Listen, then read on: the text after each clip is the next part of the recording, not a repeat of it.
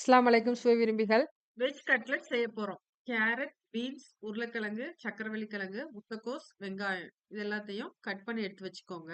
ஒரு mixie jar எடுத்து நம்ம நறுக்கி வச்சிருக்கிற இந்த காய்கள் எல்லாம் அதுல சேர்த்து 2 துண்டு இஞ்சி, 5 பல் பூண்டு, பெரிய வெங்காயம் 2, தேவையான அளவு உப்பு, கரம் மசாலா 2 டீஸ்பூன், காரத்திற்கேற்ப மிளகாய் தூள், மல்லித்தூள் 1 டேபிள் ஸ்பூன், பொடிசா நறுக்கிய கொத்தமல்லி இலைகள் 1 கைப்பிடி அளவு.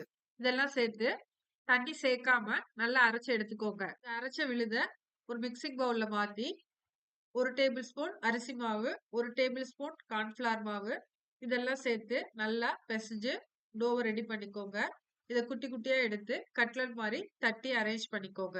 இந்த ரெடி பண்ண கட்லட்ட பிரெட் கிரம்ப்ஸ்ல டிப் பண்ணி ஒரு பேன் அடுப்புல வச்சு பேன் சூடானதும் எண்ணெய் சேர்த்துக்கோங்க. எண்ணெய் நல்லா காஞ்சதும் இந்த கட்லட்ட ஃப்ரை பண்ணி எடுத்துக்கோங்க. சேனல மறக்காம சப்ஸ்கிரைப் பண்ணுங்க.